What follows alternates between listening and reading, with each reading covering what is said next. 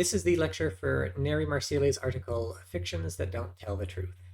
So the first topic, it's kind of two related topics. On page 1027, he is describing an argument, and he sets it out like this. S lies to A if, and he spells if with two F's. A, S states that P, B, S believes that weird little sideways LP, and oh, it's not an argument, it's a definition. And IDC, S intends A to believe P, and so two things. First, you see this if IFF. I think we've seen this in at least one reading before, but whether or not we have, hopefully when you see it, you say, well, I don't know what that means if you don't know what it means. And like I said in the previous reading, this is just to remind you that there's a glossary on Canvas that will typically clear up these kinds of confusions. But if you don't want to look at the glossary, if just means if and only if. So if I say, if you're hungry, you can have the sandwich sitting on the table. That means if you want, you can have the sandwich on the table. That also leaves it open. You can have the sandwich on the table if you're not hungry. I'm not saying if you're hungry and only if you're hungry, may you have the sandwich. Maybe I'm fine if you have the sandwich either way. But if I say, look, if and only if you are hungry, can you eat the sandwich on the table? Then I'm restricting it to just the hungry people. I'm saying if you're not hungry, then the sandwich is not for you. So when he says S lies to A, if and only if, it means if these three things are met, if these three things occur, then S lies to A. And it's only if these three things occur that S is lying to A. If S does some other stuff, it doesn't count as lying. It's gotta satisfy these three conditions. It's gotta check off these three boxes to count as lying. And we have this weird sideways L in front of P. That just means not. That's a symbol for not. So S believes symbol P. This means that S believes that not P, or S believes that P is false, or S believes that it's not the case that P. So for instance, if S is a person and P is it's Tuesday, S states that P means S says it's Tuesday. S believes not P means S believes it's not Tuesday. S thinks it's Thursday or Wednesday or some other day. So that's what that symbol means. It shows up again on the page and maybe other places too.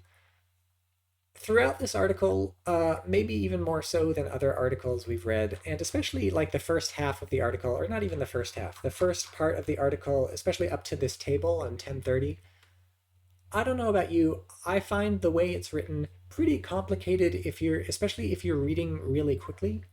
And if you remember when we did the exercise in the first day of class about how to read philosophy, I hope one of the big takeaways was from that exercise was you're going very slowly and you're sort of considering each word and phrase and you're thinking through things pretty heavily as you go. I think if you're not reading like that, if you're reading very quickly like you'd read, for instance, a novel, I think it's really hard to make out what this article is saying. Just the way it's written, it's expecting you to sort of keep track of lots of different distinctions and keep track of lots of different labels and keep track of how they're related to each other and what he's saying about how they're related to each other. And he's sort of explaining things very clearly. He's not being confusing in the sense of like hiding anything or using words in unclear ways or anything. It's just confusing because the ideas are confusing and he's sort of, going through them. He's not spending more time on them than he needs to. So when he says, for instance, it's easy to see that endorsing a patchwork theory, jointly with an assertionist definition of lying, naturally leads to weak assertionism.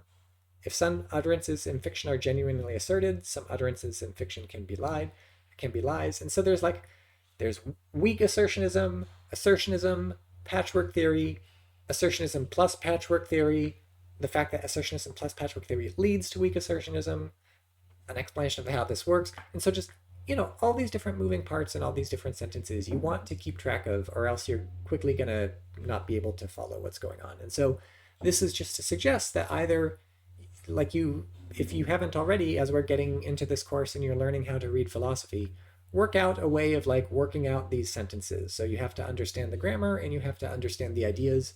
Often it can help to take notes. So by this point in the reading, for instance, hopefully maybe you have something written down for the assertionist definition of lying, and hopefully you have something written down for weak assertionism, and hopefully you have something written down for like this patchwork theory I think he's introduced already. And if you've got these ideas in your notes and you've started sort of thinking about them, then when you get to like a sentence like this, you just take, oh, here's what I already know about these things, and you plug them in. And so just, this is the case for all the philosophy, again, that we read. But I think this article of the ones we've read is sort of the most demanding of you.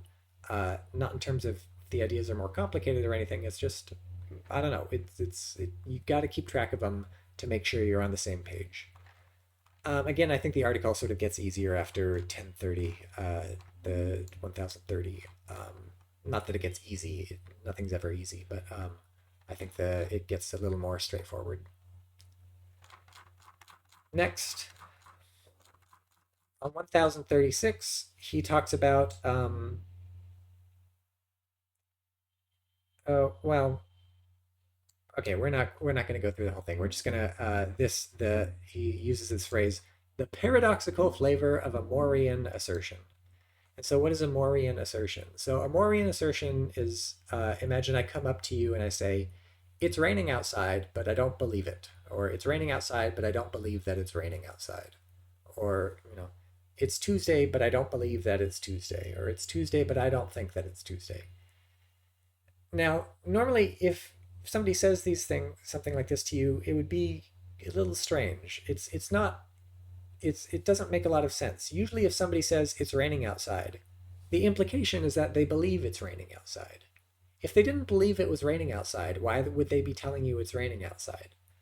I mean, they could be lying to you, but if they're lying to you, they're not going to immediately tell you that they don't believe the thing. That would like ruin the lie. So it's weird. A Morean assertion where somebody says X, but I do not believe that X, is just strange. Like it's not clear what's going on if somebody says this. Like what could they possibly have in their head?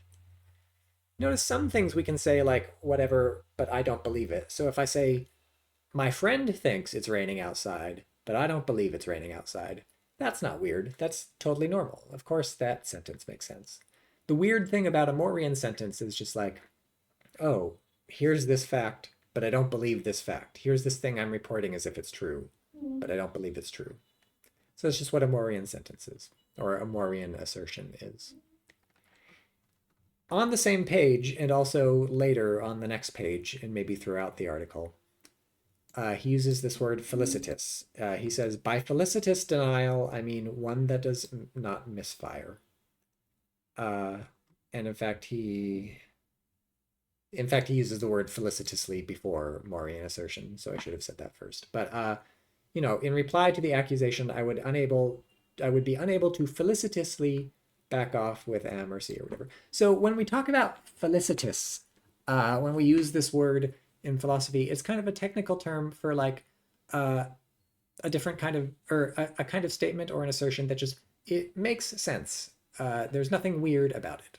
So those Morean assertions we just talked about, those don't seem felicitous. It seems like when somebody says that, it sort of doesn't make sense. It's not clear what they're saying. Something has gone wrong. Typically, we make felicitous assertions. In fact, it's actually very difficult to say something non-felicitous, because if you say something that's like on the surface non-felicitous, usually we assume what you're doing is like actually makes sense somehow. So for instance, a perfectly normal sort of thing to say would be, I have 5 fingers, or I have 5 fingers on my hand, or something. Those, perfectly felicitous assertions. If I say something like, I have 50 fingers on my hand, usually we'd assume like I'm making a joke, or I don't know, there's some sort of like, I don't know. We assume I've got something in mind. I'm not just like going crazy or something. So we'd assume my assertion is still felicitous, just like, I don't know, there's some context we're missing or something. Now, of course, we can make unfelicitous assertions. So for instance, he suggests, I guess his example's not great. I mean, truly the Morian assertions are the good examples of unfelicitous. So it's lying, or sorry, it's raining outside, but I don't believe it. I don't know. That seems wrong. This seems like there's some mistake I'm making, or it's not clear what I'm saying. Uh, Also, just like nonsense is not felicitous. So if I say, colorless green ideas sleep furiously, that's a famous nonsense sentence. It's not clear what I'm saying, like what's going on.